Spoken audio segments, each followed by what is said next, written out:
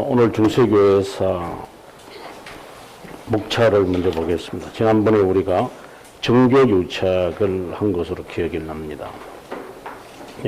140페이지에 있는 이야기 제가 끝낸 것 같고요.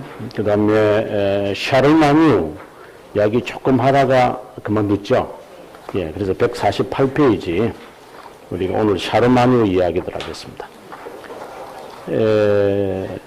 중세교회의 시작을 언제부터 할 것이냐라고 했을 때 샤르마뉴다 이렇게 보셔야 됩니다.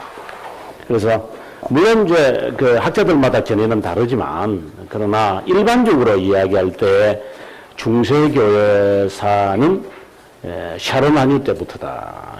그러면 샤르마뉴 언제부터냐 이라면은 지난번에 했던 이야기를 우리가 한번 기억했으면 좋겠는데 800년 12월 25일. 제가 볼 때는 12월 25일은 아닌 것 같아요. 근데 어쨌든 뭐, 이렇게 뭐, 기록을 하고 있으니까 그냥 인정할 수밖에 없는 것 같아요. 제가 볼 때. 레온의 3세절, 3세와 그 다음에 샤르마뉴, 이렇게. 이거 잘 되네요. 서있으면 잘 되네요. 잘 된 게 지우는 게 문제야. 지워가야 돼. 괜찮은데요. 이 정도도 뭐 훨씬 낫죠. 지난번에 잘 안 돼가지고, 좀 필요한데 8번째 다시 쓰고, 괜찮네요. 네. 이거 좀 걱정을 했는데. 아니면 이걸 판체 이걸 갈아버려야 되니까. 이게 엄청난 돈인데, 이거. 근데 뭐 한 7년 썼다고 이게 이렇게 닳아버리면 이거 없잖아요, 이게. 그러면 이런 걸 안 해야지, 이제는. 비싼 거. 그래서 레오노 3세와 샤르마뉴와, 이제, 어떻게 보면 찰스죠. 찰스 대지죠. 샤르마뉴니까. 그래서, 와의 결탁이다. 그래서 신성로마 제국이 홀리 로만 엠파이어가 만들어지고, 그 다음에 로만 캐토릭이 만들어진다. 이렇게 이제 우리가 봅니다.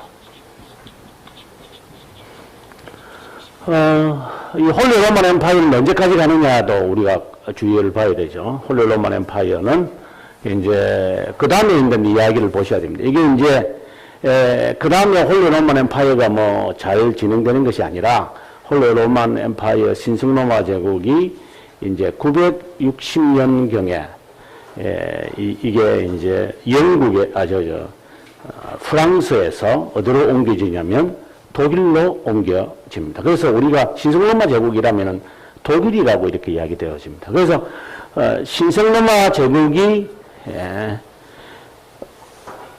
프랑스에서 독일로 옮겨질 때 요 사이에는 요 사건이 있습니다. 요 사건을 이제 주의 깊게 봐야만 합니다. 그게 뭐냐면은 창부 정치라고 하는 겁니다. 이 창부 정치라고 하는 것이 그 말 그대로죠. 이제 부끄러운 이제 삶들이 이제 중세교에서 나타나는 거죠. 이제 여자 3명이 이제 등장을 해서 이건 다 그 어머니와 두 딸의 이야기입니다. 이 두 딸이 등장을 해서 이제 교황과 그리고 황제 요 사이들을 마음대로 이렇게 조절해 버리고 그리고 그 여자가 마우치아라고 하는 여자가 이제 결혼을 계속적으로 하면서 이 모든 정권들을 자신의 손아래 다 집어넣는 자, 이러한 일들이 나타납니다. 그리고 어떻게 보면 미인계들이 등장을 해서 교회도 그렇고 그리고 신성로마 제국도 다 어떻게 보면은 좀 타락시켜 버려서 이것을 청산시키기 위해서 독일의 왕이었던 오토 대제가 등장을 해서 홀리 로만 엠파이어의 이런 그 황제 권한을 프랑스에게서부터 독일로 옮겨가 버리는 이제 그 사건이 나타납니다. 그래서 이제 그다음부터는 이제 독일이 신성로마 제국의 황제 권한을 끝까지 가져가다가 나중에 이제 프랑스에 다시 이제 나폴레옹이 등장하면 또다시 이것을 가져감으로 신성로마 제국인 1806년에 이것이 이제 역사 속에 끝나고 말죠. 그리고 어떻게 본다면 천년의 신성로마 제국이 진행되다가 그 다음에 이게 옮겨져 버린다. 그래서 한 150년 정도는 프랑스에 이제 이렇게 있다가, 그 다음에는 넘어가서 독일에 이제 한 850년, 그러고 난 다음에 역사 속에서 사라지고 마는 자, 그런 것까지도 우리가 한번 감안했으면 좋겠습니다. 그래서 이제, 신성로마 제국의 초대 황제였던 찰스, 마뉴가, 그러니까 샤르마뉴가 어떻게 독일을 이 신성로마 제국 안에 집어넣느냐 하는 것이 이게 아주 큰 이슈예요, 실제로요.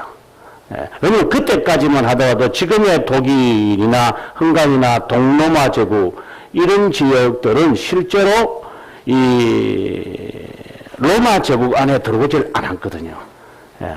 여전히 그것은 과거에 보면 초대교회 보게 되어지면은 그 변방에 있는 고토족들의 땅이었기 때문에 그것을 감히 점령을 못합니다. 물론 이제 마르크스 아울레리우스가 이제 게르마니아를 이제 땅을 차지했다 하더라도 지금의 프랑스나 독일에 있는 이 지역을 공격을 해서 땅을 빼앗아시 라인강을 넘어가서 뭐 베를린부터 시작해서 오른쪽에는 폴란드 이런 쪽을 점령하지는 못했어요. 그래서 그 지역은 여전히 역사에서도 봐도 보면 그 지역은 지금도 보면 그 독일 사람들, 슬라브 민족의 그 지역을 장악하고 있지만, 예, 이 남쪽에 있는 사람들은 제가 볼 때는 목사님 뮌헨에 살다가 오셨지만 여기 뮌헨에 있는 사람들하고 그 북쪽에 있는 사람들하고 좀 달라요. 근사님은 그 좀 북쪽이잖아요. 동부. 그러니까 여기 동부하고 남부하고 다르다고. 예. 말씨도 좀 다르지 않습니까? 그렇죠. 그러니까 똑같은 독일, 지금은 통일됐지만, 달라요. 이 남쪽 사람들은 어떻게 보면 이탈리아계도, 어떻게 보면 롬바르도족이, 본래 롬바르도족이었고, 이 태생 자체가, 이게 동부나 북동부, 슬라브 민족이기 때문에, 거기는 동고트족에서 왔어. 거기는 동고트고, 여기는 서고트였거든요. 지금은 하나로 다 만들어버리지만, 전혀 다른 것 같아요, 전혀요. 이제 그것을 우리가 알 수 있는 게 이제 지금 이제 우리가 알게 되어지는 것인데, 신성로마 제국까지 이제 이게 탄생할 때까지는 라인강의 이쪽 부분, 서쪽 부분에, 여러분도 볼 때는 이쪽이겠죠. 라인강의 서쪽 부분에 이 로마 제국의 영역을 다 차지하고 있다가 이제 오토 대제, 나중에 오토 대제가 되죠. 본래는 오토 이제 왕이었는데, 오토 왕이, 이게 독일 지역의 왕이 이제 이 황제 권한을 장부 정치로 인해서 타락한 것을 이제 옮겨가면서 자신이 이제 황제가 되거든요. 왜냐면 이게 자신도 황제의 후손이 나중에 제가 밝혀드리려고 그래요. 그래서 이 사람도 황제의 후손이기 때문에 그걸 이제 가져갈 수 있었고, 그 다음에 이 로마 교회의 교황을 없애버려요. 너 같은 게 무슨 황제냐, 교황이냐 이래가지고 없애고 자기가 맞는 교황을 세워놓고 떠나버려요. 그리고 이 역사가 지금 800년부터 시작해서 이 960년까지 가는 이 역사가요, 제가 볼 때는 역사가 아니에요, 이거는. 역사가 아닌 것 같아요. 정말, 교황이 되기 위해서 이런 그 여성들을 동원하거나, 그리고 죽이거나, 그리고 세명이 되거나, 세명이 되거든, 나중에는. 세명이, 나중에 이제 렌상스 시대도 세명이 되지만은, 세명이 될 때가 꽤 많거든요. 세명이 돼가지고, 누가 교황이에요? 그러면 이제 권력을 덧입은, 이제 그것을 지지해주는 사람이 누구였느냐? 신성로마 제국의 황제죠. 그래서 신성로마 제국 황제한테 이렇게 잘하면 황제가 군함을 딱 와가지고 나머지 교황들 쫙 다 죽여버리고 너 해라. 그걸 어떻게 교회라고 봐야 돼요? 제가 볼 때는 저는 교회가 아니에요. 저거는 제가 보는 이거는 양의 탈을 쓴 늑대지, 저걸 교회라고 본다는 자체가 저는 사람들이 이해가 안 되는 거죠. 제가 가끔씩 이제 그 학생들한테 이런 말을 해요. 정말 장로교 목사 되는 게 힘들다. 네, 그래서요. 왜냐면은 개척을 해봐도 노예에서 뭐 보조를 해주냐. 그러니까 똑같은 하나님이라면 루터파 목사 되라고 그랬어요. 그렇죠. 그래, 목사님, 그죠? 루터파 목사 되면 편하잖아요. 월급 평생 받지. 평생 받지. 자녀 교육비 받지. 똑같은 하나님이라는데 굳이 우리가 여기서 해야 돼요? 교회장 주지. 그리고 어디 가면 뭐 조금 그 혜택이 있다며요. 교육자들. 뭐야, 우리가 고생해요? 좀 생각하게 생각해요, 저거. 아니, 똑같은 하나님을 믿고 우리가 하나님을 믿는 신앙이 똑같다고 한다면 굳이 우리가 장로교 목사라나 그 개혁 신앙을 해야 될 이유가 없어요, 실제로. 왜 사서 고생해요? 다 가라 그래서, 너희들요. 대학 졸업하고 진대원은 다 저기 후암동 가가지고, 루터란 학교 가가지고, 이 목사.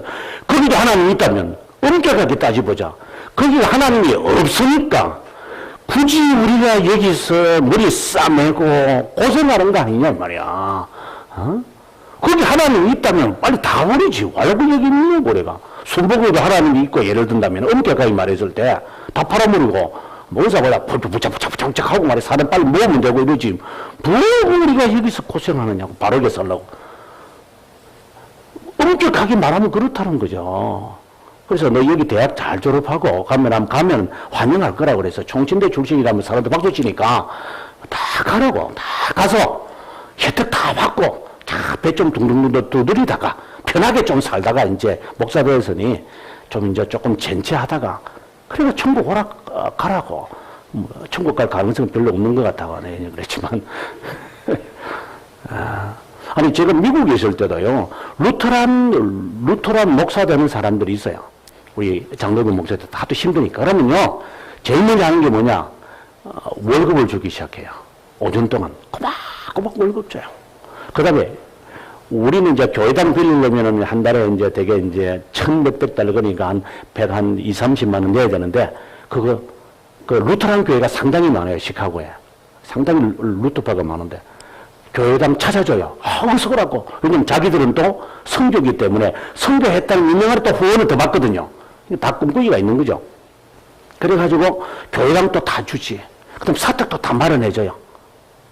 그리고 자기 교회에 오는 그 한인들이 있으면 그 교회 가라. 그 한인 모임이 있다고. 정말 편한 거예요, 제가 볼 때. 지금 우리가 지금 이거는 우스갯소리 이야기지만 엄격하게 말해보면요. 지금 뭐 역사 이야기를 하지만 로마 가톨릭을 어떻게 교회로 봐야 되는가 이거를. 시작도 우리가 지난 시간에 제가 정교 유착이라고 했지만 이 150년이라는 이 기나긴 세월 동안 교황 수십 명이 막 바뀌거든요. 우리가 지난번에 봤었잖아요. 스테판. 네. 2세가 역사 속에는 3세다. 왜? 3일 동안 했으니까. 3일 동안 그냥 되는 거예요. 지가 되고 싶으니까 죽여버려서 그렇죠. 그 다음에 이제 나중에 장부정치한테 나옵니다. 이게 망치로 찍어가 죽이고 어느 날 갑자기 죽어가 있고 분명히 이 사람이 교황이라고 생각했는데 얼굴이 비슷한 사람이 나타났다는 거예요. 이런 이야기 하여튼 별 이야기가 있는데 이것을 어떻게 교회로 지금 보느냐. 이게 좀 살짝 간 사람들 같아요. 그래, 우리가 로마 교회, 중세교회의 시작을 지금 우리가 보지만 제가 볼 때 이거는 교회가 아니에요. 교회가 아니에요. 사람들이 교회라고 보시는 거 본데. 교회로 보라 그러죠. 보고 싶은 데는 지능의 안경이니까.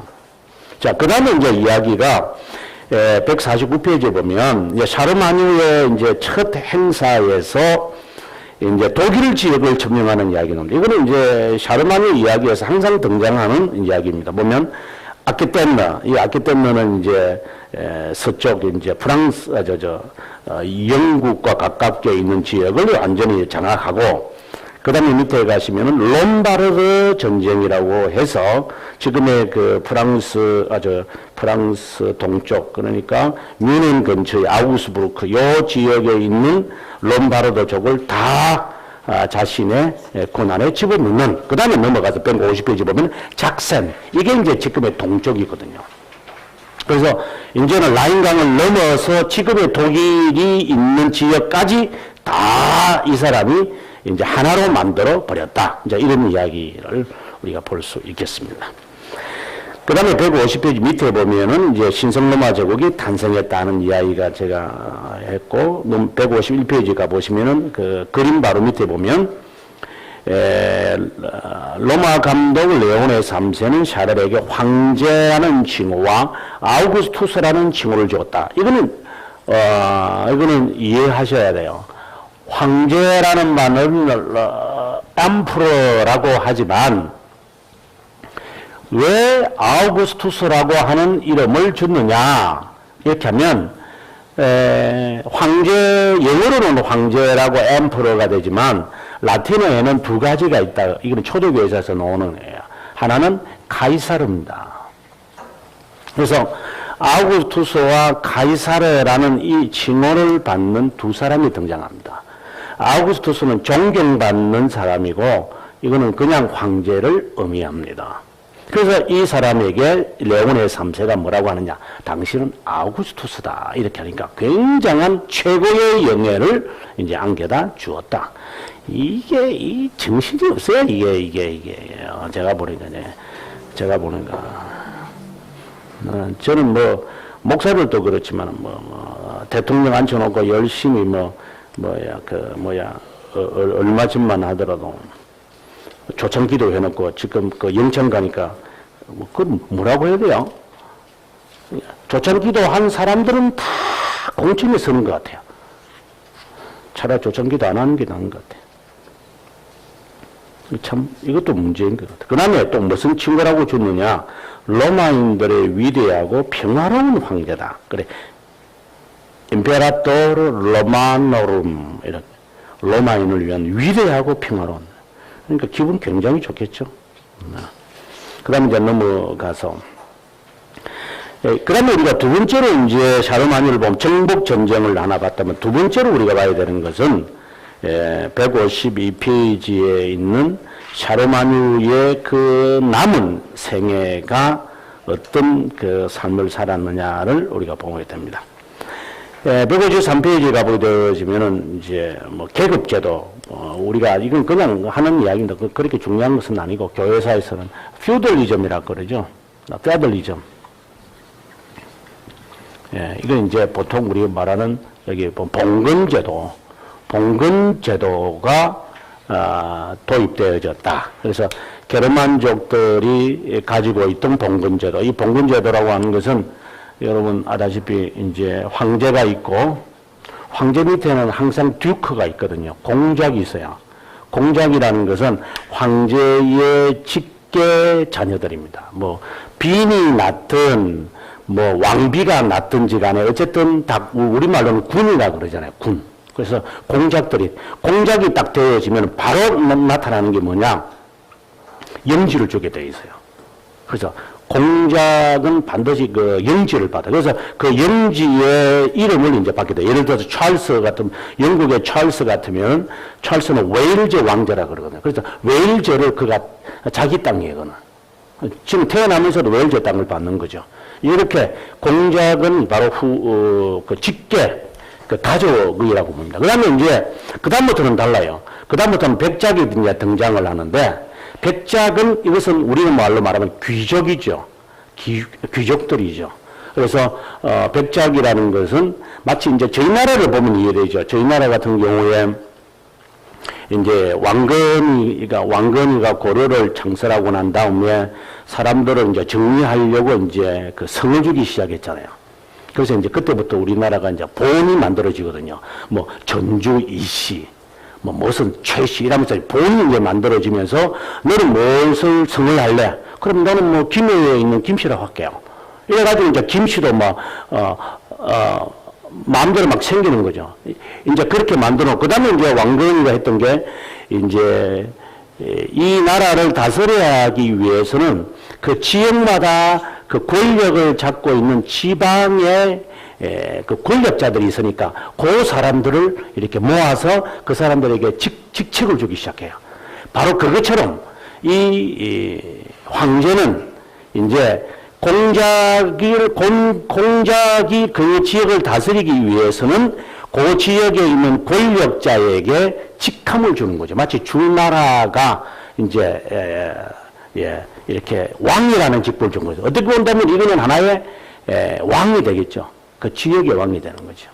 그래서 이제 백작이 만들어지는 것이죠. 그 다음 백작이 그 다음부터 이제 백작이 이제 귀족의 반열에 들어가면서 그 다음에 우리가 아는 후작이 등장하고 남작이 등장하고 이런데 조금 더 이제 제일 낮은 게 보통 이제 남작이라 그러고 그 다음에 후작, 백작 이렇게 나옵니다만은 그 정도는 우리가 필요가 없는 것 같고 그래서 이건 귀족의 반열.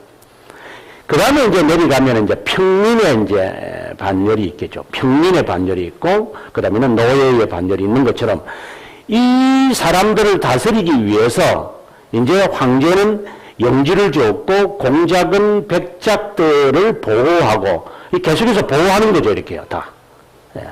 그래서 이 사람들을 보호를 해주는 목적으로 이 사람들에게 무엇을 제공하느냐? 충성을 이제 제공하겠죠. 충성.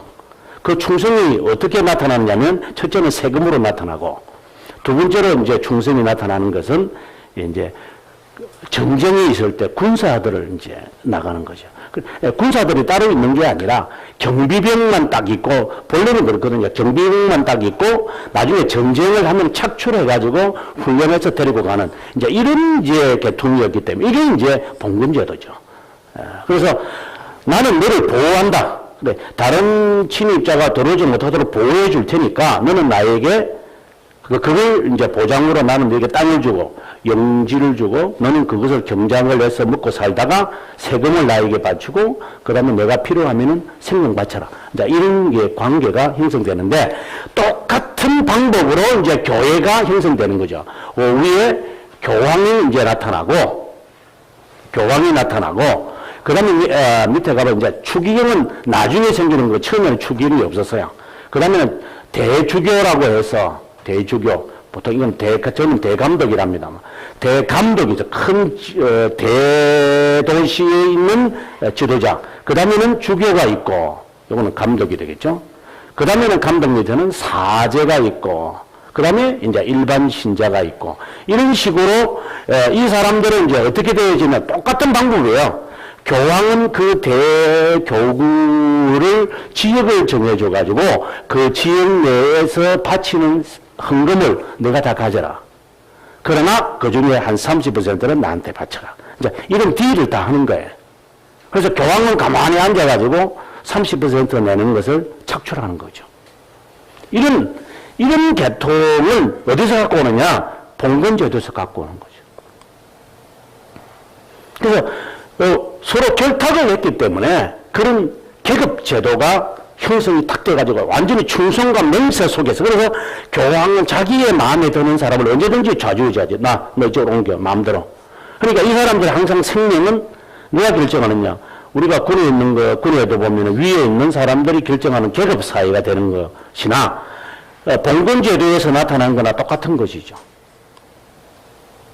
그래서 교회가 사회의 조직화되어 가는 모습들. 네. 지금 저희 나라 같은 경우도 교회는 교회 나름대로의 조직이 있거든요. 근데 교회가 마치 사회가 행하는 조직화를 해내려 간다. 그러면 사람들을 경영하기가 쉽잖아요. 경영하기가 쉬우니까. 사회는 이런 체제 속에서 확진. 그래서 교회가 그 경영을 위해서는 사회 조직을 갖고 오는 거죠. 교회는 절대로 그러면 안 되는데. 그러나 유지하려니까. 이 10,000명이라는 사람을 유지하려면 어떻게 해야 돼요? 사회 조직을 갖고 와야죠. 그러니까 제가 볼 때는 교회가 아닌 얘기거든요. 교회는 교회 나름대로 갖고 있는 장로교 정치라는 게 있어요. 그래서 장로교 정치가 있어서 그 장로가 성도들을 다 찾아다니면서 자 구석구석 가서 서로 만나 일주일 내내 장로가 하는 일이 뭔데요? 일주일 내내 성도들 만나면서 어려움 그리고 즐거움을 다 들어서 목사님한테 보고하라고 장로만 세워놨더만은 이건 앉아가지고 주일날 앉아가지고 그 다방커피 마시고 있고 이게 무슨 장로들이 그런 짓거리들을 하고요. 이게 사회지 그런 교회가 아니죠. 하여튼 한국 교회도 저도 장로교회사를 가르치지만 이게 이 제도 자체가 이거 완전히 이게 뜯어 고치지 않으면은 뭐 지난번 토요일날 가서 뭐 그 여러 교수들 한 100여 명 모이죠. 거기에 모여가지고 손봉호 교수님도 계시고 이제 또 누구도 이렇게 발표를 하는데 뭐 어떤 사람이 그 이름도 모르겠어 누구한데 그런 이름을 제가 기억해야 될 이유가 하나도 없어서 뭐 이렇게 항상 그 CBS 방송국에 이렇게 항상 교회를 이렇게 욕하는 그런 목사가 있어요. 자기 아버지를 순교했대요. 다 그것도 순교했다고 또 말하는 거 들으니까 또 웃었고 그 옆에 있는 그 산정형교회 목사가 하는 말이 그 자기교 출신이라 그러더라고요. 40일간 뭐 세월호 가족과 금식하셨대요. 살 좀 빠진 줄 알았더니 살 빠졌어요. 이러니까 살 안 빠졌더라고. 그러니까 좀 살 좀 빠진 줄 알았는데 뭐 이러고 자기들끼리 농담하고 그래서 나는 우리들이 앞에서 보면서 뭐 장난치는 생각이 들어. 상당히 뉘앙스 있는 말이잖아요. 근데 이제 이 사람이 하는 말이에요. 자기가 그 분당에 있는 어떤 큰 교회 가서 설교를 했는데 세월호에 대한 설교를 하니까 한 30여 명이 이렇게 일어서서 나가더라. 이게 설교냐! 하고 나가더라. 근데 뭐 3,000명 앉았는데 뭐 20명 나가는 건 아무것도 아니더라. 그러면서 저희들 보고 왜 여기 교수들은 세월호에 대해서 반박문을 내지 않고 그러합니까? 그러더라고. 그러니까 웃어가지고 앉아가지고 저게 바리새파가 따로 없구나. 바리새파가 지 한 짓을 사람들한테 이야기하면서 나는 40일 금식했니 뭐 이러는데 똑같은 짓을 하면서 너는 왜 선행을 안 하냐 너는 왜 선행을 안 하느냐 이런 그리고 하는 말이 교회가 교수들의 말을 듣지 않는다.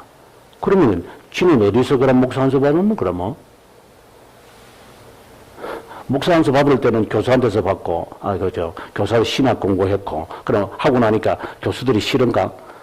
이 말도 안 되는 이야기를 이제 쭉 하니까 옆에 있는 손봉호 교수가 나 다 듣고 난 다음에, 뭐 95개 조항 만듭시다. 뭐 또 그래 어떤 사람이 또. 이러니까 송 교수 가만히 듣고 있다가 한국교회는 하나만 하면 돼요. 이러더라고요.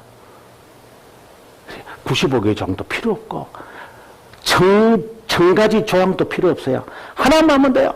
그 할아버지가. 그러니까 뭐라고 하느냐. 돈 사랑 안 하면 돼요. 딱 간단한 건 교회 돈 사랑 안 하면 한국 교회 제자리로 돌아가요. 그래서 참 노 교수님이 하시는 말씀이 옳다. 물론 그것 때문에 다 만들어진다 이런 것은 아니나 자기가 보았을 때 느꼈던 거죠. 교회는 돈 사랑하지 마세요. 만문이 지배하는 교회가 돼가지고 교회가 힘을 잃어버리는 거죠. 힘을 잃어버리는. 저는 거기 하나 더 플러스 하고 싶죠. 돈 사랑하지만 해도 두 번째 대형교회 전부 다 폐업을 하면 돼요. 대형교회 폐업하면 그러니까 적어도 1,000명 이상 모이는 교회 전부 다 폐업 신고하면 그 다음부터 한국 교회는 평정을 할 수 있었다. 근데 이게 안 되죠. 그러니까 뭐 주님 오실 때까지 가야죠. 사람들은 그런 대형교회에 깃들어 가지고 자기가 신앙이 있는 양, 자기 자신들이 신앙이 있는 양 착각 속에 지내잖아요. 제가 대형교회들 다니면서 지금 계속해서 제가 점검을 하면서 제가 느끼는 거. 이게 여기에 다 들어있구나, 이게. 이거 깨뜨리기 전에는 이게 한국교회 제자리 돌아가기는 정말 어렵겠다. 겉으로는 뭐 교회같이 보여도 제가 볼 때는 이거 심각한 모습들이다. 바리새파들의 모습들이 그냥 있는구나. 그 사회나 똑같아요. 시작할 때 그랬던 거야. 사회가 똑같은 제도를 가지고 예를 들어서 백작에 있는 사람은 누구냐? 주교거든요. 여기에 그 다음에 평민들의 지도자는 누구냐? 사제거든요. 그래서 여기 백제하고 항상 여기 주기하고는 죽이 맞아요. 계속해서 친해요. 그래서 이 사람에게는 이 한 사람이 있고, 그래서 이 사람이 계속 유지를 하려면은 교황이 어떤 보고를 받아야 되는데 누구에게 요청하느냐면은 이 백작에게 요청해요. 그 사람 괜찮아? 정말 좋은 분이에요. 그래, 그럼 그것도 계속 있지 뭐. 이렇게 하면서 이 관계들이 사회하고 철저하게 다 조직화되어 가면서 이렇게 계속해서 1000년 동안 이제 왕노릇 하는 거죠, 이게. 아주 무서운 단체가 이제 만들어지는 그 이야기, 이제 사회 계급 이야기를 한 거고, 그 다음에 153페이지 밑에 가면 샤르마뉴가 했던 가장 좋은 것이 하나 있는데 그것이 바로 카롤린거 르네상스라고 하는 겁니다. 이제 비로소 대학이라고 하는 학교가 세워집니다. 154페이지 가겠습니다. 그때 학교를 세울 때 누구를 데리고 오느냐면 엘퀸이라고 하는, 중간에 보시면 엘퀸이라고 하는 학자를 데리고 오는데, 이 사람은 누구냐 그러면 이탈리아로 갔다가 영국으로 돌아가려고 한 사람인데, 이 사람을 샤르마뉴가 자기 궁궐로 와서 귀족들을 교역 맡아달라고 합니다. 처음에는 이 사람이 마다하죠. 나 안 한다고. 그러나 이제 자꾸만 부탁하니까 하는 수 없이 하게 되는데, 그때 우리가 잘 아는 중세시대 때 있었던 3학, 4학, 이게 이제 만들어지는 거죠. 이제 3학이라고 하는 것이 지금같이 말하면은 이건 대학이고, 이게 이제 대학원이 이제 되는 거죠. 그래서 이제 기본적으로 공부를 하는 사람들은 무엇을 배워야 되느냐? 여기서 이제 3학을 배우는데 세 가지가 있는데, 먼저 글 쓰는 법인 문법 배우고, 그 다음에 수사학인 말하는 법을 배우고, 세 번째 논리적으로 생각하는 법을 배우는 것이 기본적인 거죠. 이게 이제 대학에서 이루어지는 거죠. 그러면 이제 네 번째로 이제 대학원을 가면 이제 그걸 응용을 해서 수학과 기하학과 천문학과 음악을 배웠다. 그럼 당시에 이 사람들이 배웠던 책이 뭐냐면은 호모, 버질, 오비디우스, 플라톤, 키케로의 작품들을 읽었고, 그 다음부터는 이제 과학적인 이야기로 들어가는 이런 체제를 엘퀸과 함께 귀족들만을 위해서 샤르마뉴가 학교를 세웠다. 이제 그 이야기가 우리가 흔히 말하는 카롤린거 왕조다. 카롤린거 르네상스다. 이렇게 이야기를 합니다. 그럼 넘어가서 155페이지 보면 엘퀸이라는 사람은 어떤 사람이냐 하는 이야기를 제가 쭉 설명을 합니다. 그렇게 중요한 이야기는 아니고, 영국 사람이라고 하는 겁니다. 156페이지 가보게 되어지면은 엘퀸을 생각하면 이제 대학을 생각을 해야 되겠지만, 동시에 또 하나 생각하는 것이 156페이지는 양자론 2단이라는 겁니다. 이거는 참 중요합니다. 엘퀸이라고 하는 사람의 이야기에서 첫 번째는 이것이고, 두 번째는 양자론 2단이다. 이렇게 봅니다. 양자론 2단이라는 것이 일어난 장소가 스페인입니다. 이제 스페인 지역에 있는 양자론 2단의 논쟁에서 양자론을 2단으로 정지하는데 엘퀸이 나섰다. 이제 그 말입니다. 그러면 이것이 왜 역사에서 중요하냐면, 나중에 1054년이 되면, 자, 여기 보시면 이제, 아까 제가 홀리 로만 엠파이어와 로만 가톨릭이 한 150년간 이렇게 권세를 누리다가 960년경에 이제 로마 제국이 이제 옮겨지니까, 상당히 흥미있는 이야기입니다. 옮겨졌을 때, 그러면 로마 가톨릭은 어떻게 됩니까? 낙동강 오리알이 되는 거거든요. 바로 위에 있다가, 여기 위층에 살고 있다가 프랑스에 있다가 이게 어디로 가느냐면은 전원주택으로 가버리면, 그럼 어떻게 돼요? 나를 보호해줄 사람이 없잖아요. 그래서 로만 가톨릭 사람들이 이제 아이디어를 내는 겁니다. 그게 뭐냐면, 동방 제국에 있는 콘스탄티노플 교회, 즉, 동방교회와 갈라서야 되겠다. 이게 이제 그들의 머리가 확 돌아가는 거죠. 네. 그래서 동로마 제국과 결렬을 시도할 때 무엇을 딱 갖고 시작되어지냐면 바로 요 이야기가 등장을 합니다. 우리가 아다시피 양자로는 예수 그리스도가 인간, 오늘 우리가 삼일체 하니까 좀 자세하게 나오겠지만, 이제 인간이었다가 신이 되었다라고 하는 겁니다.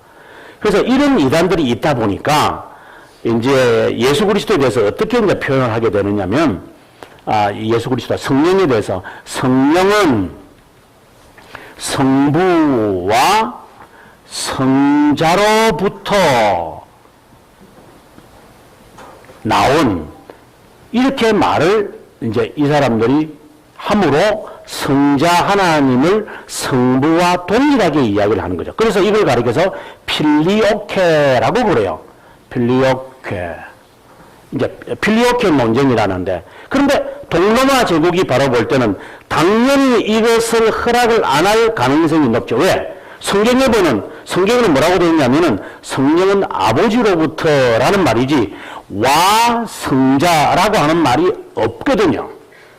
근데 이 교회는, 로마 가톨릭 교회는 이것을 필리오케를 그대로 받아들여요. 그럼 받아들이고 있다는 것은 동로마 제국은 받아들이지 않는다는 것이 당연하다는 것이기 때문에 이제 이게 갈등이 이제 있게 되는 거죠. 이게 이제 서로 이제 분열을 해야 되는 이유가 이제 형성되어지는. 그래서 이 양자론 논쟁 때문에 결국은 신학적으로 본다면 로마 가톨릭이 낙동강 오리알이 되면서 동로마를 떨쳐내고 자신만이 이제 교회라고 하는 것을 천명을 해야 전원주택으로 간 이 홀리 로만 엠파이어의 지지를 계속 받을 수 있다. 왜? 교회는 두 개잖아요. 교회는 두 개고, 그러면 신동로마 제국이 거의 동쪽으로 가버리면, 도블로 가버리면은 차라리 동로마 제국이 훨씬 가깝게 돼버렸으니까, 그러면은 이 사람들과 동로마 제국은 비잔틴 제국과 어떤 연관을 갖게 될 가능성이 있기 때문에 힘을 잃어버리면 안 되니까 동로마 제국, 동방교회에서 로마 가톨릭 교회가 나오게 되는 거죠. 하여튼 이게 복잡합니다. 이게 이제 이 머리 계산들이 막 등장하는 거죠. 그래서 나중에 이제 1054년이 되면 이제 동방교회와 서방교회가 분열이 된다. 불과 몇 년입니까? 100년도 안 갑니다. 이제 물론 그 전부터 시작합니다. 벌써 이제 11세기 초가 되면 이제 뭐 갈등들이 막 생겨요. 이쪽에서 예를 들어 동방교회의 대주교가 누구가 되는데 여기에서 인정을 안 한다거나 이러면서 서로 갈등이 막 생기는 거죠. 그래서 여기서 대주교로 임명을 받은 사람이 이제 로마로 도망을 왔을 때 로마 교회가 포용해주고 막 하여튼 이 역사, 이때 당시의 역사를 읽으면요 그냥 화가 그냥 막 어떻게 보면 그 역류성 뭐 이런 게 있다면 밥 먹고 자면 막 확 튀는 것 같아요, 제가 볼 때. 그래서 정말 싫어요, 진짜. 근데 저는 모르는 것 같아요. 그래서 이 중세교회가 하나님의 역사를 우리가 살피기 위해서 우리가 이걸 보는 거지, 정말 나쁜 것들이에요. 그래서 여러분 속지 마세요. 네. 자, 156페이지 밑에 갑니다. 양자론 이단을 만들어내는 이거는 맞는 말이죠. 이거는 맞는 말이죠. 그 이야기 그냥 우리가 넘어가도록 하겠습니다. 제일 밑에 보면 157페이지 제일 밑에 보면 LQ는 120편의 시를 썼다. 이런 거는 그냥 상식적이고요. 그 다음에 이제 넘어가서 158페이지를 이제 봐야 되는데 그 전에 하나 봤어야 할 게 뭐냐면 그 족보 데이터를 한번 보셔야 돼요. 지난번에 제가 말씀드렸는데 그 이슬람 교도를 넘어가죠. 238페이지. 이걸 보고 이제 들어가야 됩니다. 자, 238페이지 보면 제가 족보를 갖다가 제가 할 수 있는 한 제가 다 찾아냈습니다. 제가 볼 때는 이거 참 제가 그 젊을 때니까 이거 지금 제복 하라면 저 이거 안 해요, 이거. 그때는 그래서 제가 젊어가지고 할 게 별로 없어가지고 걸쭉걸쭉했지. 지금은 내가 안 할 것 같아. 근데 지금 생각하니까 하나님은 그때 저를 이용하신 것 같아요. 해라니. 이게 뭐 할 것도 별로 없는 게 이거라도 하고 저거 시켜가지고 한 것 같아. 자, 238페이지 보면 샤르마니가 나오죠. 그 다음에 바로 이어서 황제가 된 사람이 누구냐면 814년부터 경건한 루이가 나오고요. 그 다음에 오는 페이지 가면 239페이지 로타르 1세가 나와요. 네. 근데 그 로타르 1세가 다스린 지역을 한번 보세요. 독일과 이탈리아예요. 그 다음에 이어서 루이 2세가 되거든요. 그럼 이 사람은 어디를 다스렸느냐? 이탈리아와 부르고뉴를 다스려요. 요 지역을 잘 보셔요. 그 다음에 데메리 샤를 2세가 이제 그 다음에 이어서 되는데 이 사람은 스불 롤레인 지역의 이제 왕이 되는 황제면서 이제 그렇게 되는 거예요. 그 다음에는 이제 황제가 없어요. 또 한 5년 동안은. 그러고 난 다음에 이제 말더듬 루이 뭐 2년 했다가 죽어버리고 루이 3세 5년 하다가 죽어버리고 이게 죽는 이유가 왜 죽은 것 같아요. 다 죽여버리니까. 까를로망이 뭐 됐다가 죽어버리고 그 다음에 이제 황제로 등장하는 게 뚱뚱한 샤를 3세가 등장을 한 거예요. 그 다음 좀 더 내려가면 바로 밑에 오도가 있고 이 사람은 황제는 되지 못하니까 쭉 내려가다 보면 밑에 카린디아의 아르눌프가 황제가 되고 그 다음 이제 넘어가서 어린 루이 3세가 240페이지 가면 황제가 되고 그 다음에 브랑코리아의 콘라드 1세가 황제가 되고 그 다음에 사냥꾼 헨리 여기 나오죠. 919년에서 936년 이 사람은 이제 독일 계통의 사람이에요. 그러다가 쭉 떨어졌다 밑에 가시면 오토 대제가 나오잖아요. 그래서 오토 대제가 헨리의 아들로서 이제 황제가 되면서 독일 쪽으로 완전히 기울어진다. 이런 이야기를 해요. 그 다음에 이제 오른쪽에 가면 241페이지에 또 간단하게 필요한 이제 것을 해놨는데 샤르마니가 768년에서 824년 그 다음에 경건한 루이 바로 이어서 이거는 이제 통일 지역을 통일 황제가 되었다는 거죠. 그러다가 경건한 루이가 814년부터 840년까지 하다가 이 경건한 루이가 다스리지 못합니다. 그래서 그 베르등이라는 지역에서 이 나라를 세수로 나눕니다. 왜냐하면 248페이지 가보시면은 843년에 이 지역을 세수로 나눕니다. 하나는 프랑스, 하나는 이탈리아, 하나는 독일 지역으로 나누어 버려 가지고 세 아들에게 이 나라를 다 줘버리고 맙니다. 이제 그 이야기를 제가 지금 하는 거예요. 그 약도도 있죠. 약도란다 그 지도가 있죠. 그러면 이제 다시 돌아와서 241페이지 보면 그 다음에 중부 지역, 이게 이탈리아를 말하는데 로타르 1세가 되었다는 거죠. 그리고 로타르 1세는 또다시 이탈리아 지역의 지역을 3명의 아들에게 또 줍니다. 이게 다 공작들이죠. 굉장히 복잡합니다. 그 다음에 서부 지역은 지금 프랑스를 말합니다. 루이 3세, 까를로망, 둥둥한 샤를 계속해서 이어가고, 그 다음 동부 지역은 지금의 독일을 말합니다. 그러고 난 다음에 그 다음 페이지를 넘어가면 또 이제 제가 또 약도를 하나 더 만들어서 이게 그 글씨가 다 보이는지 모르겠습니다. 저는 잘 안 보입니다, 이게. 샤르마니가 이제 히델게르데라고 하는 왕비에게서 난 아들들, 그 족보로 이게 계속 내려가는 가운데서 보시면 이 황제 권한이 어디로 가느냐를 보시면 됩니다. 쭉 보시면서. 그래서 그냥 참고하라고, 이거는 그냥 보고 공부해야 될 이유는 하나도 없고요. 어쨌든 이런 복잡한 속에서 이제 신성로마 제국의 형태가 나간다. 이제 이렇게 이해만 하시면 좋을 것 같습니다. 그 다음에 제가 또 하나 말씀드리고 싶은 것은 243페이지에 가보게 되어지면은, 황제들 옆에 있는 학자들입니다. 이거는 이제, 신학의 발전이 중세시대는 없습니다. 그런데 샤르마니 때는 엘킨과 테오둘프라는 사람이 있었다라는 거. 그 다음에 두 번째 황제였던 경건한 루이 옆에는 클라우디오 디 토리노가 있는데 이 토리노 하는 이 사람에 우리는 관심을 가져야 돼요. 왜 그런가 하면 아까 그 박무산 기도 속에서 나왔는데 이런 속에서 진리를 고수하려고 했던 한 사람이 있어요. 그게 바로 여기에 등장하는 클라우디오 디 토리노라고 하는 사람이에요. 이 사람이 바로 왈도파의 이제 중세에 나오게 되어지는 이제 중세 말기에 등장하는 왈도파의 지도자입니다. 최고 지도자입니다. 이제 이 사람이 당시에 교회를 바라보면서 썼던 글입니다.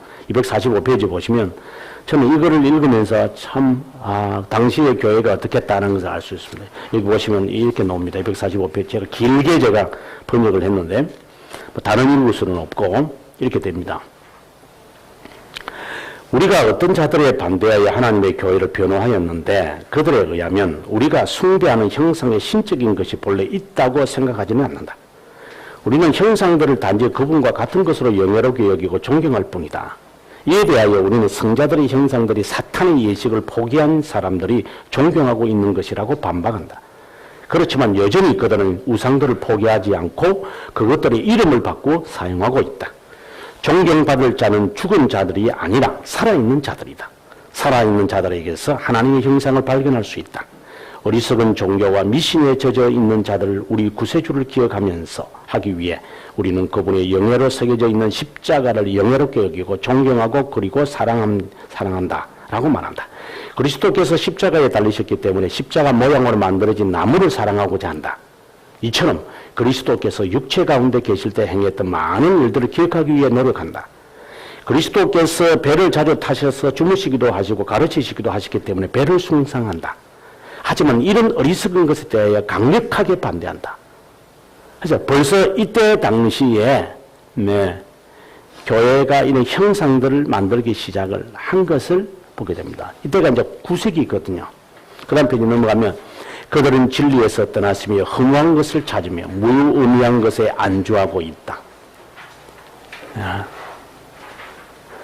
그 다음 패러그래프 보면 하나님은 한 가지를 명령하셨지만 그들은 또 다른 것을 갖고 있다. 하나님은 십자가를 지라고 하셨지 그것을 사랑하라고 명령하지 않았다.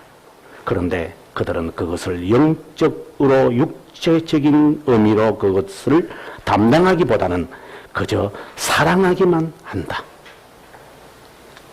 그래서 이 당시에 있는 교회의 모습을 이 클라우디오가요 자세하게 써요. 그래서 이 사람이 나중에 이단으로 정죄받아요. 그래서 그 정죄받았기 때문에 자기를 따르는 사람들이 어디로 가느냐면 피에몽토로 가요. 그래서 피에몽토에 가서 교회를 이제 그가 이끌어가고 가요.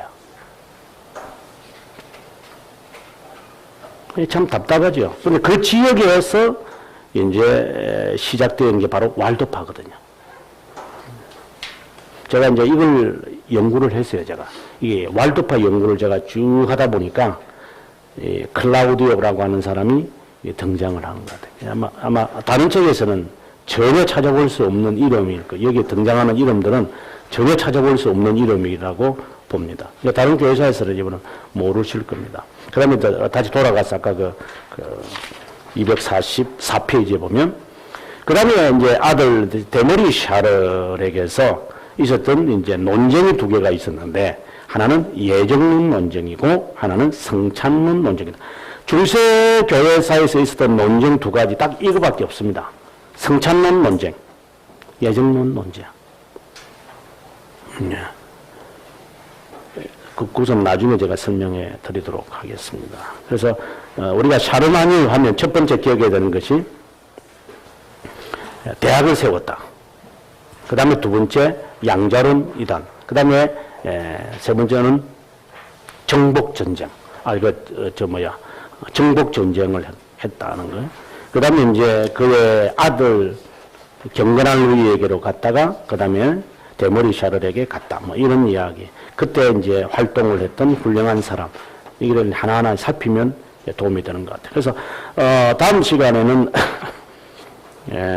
순서에 따라서 다음 시간 동로마 제국 이야기. 그러니까 161페이지에 동로마 제국 이야기를 제가 하도록 하겠습니다. 이건 또 다른 이야기예요. 그래서 지금은 우리가 서로마에 있는 이야기를 했고, 동로마 교회에서는 어떤 일이 발생했느냐를 살피고, 이슬람은 그냥 제가 넘어가고, 이제, 아까 방금 이야기했던, 경건한 루이부터 설명을 제가 하도록 하겠습니다.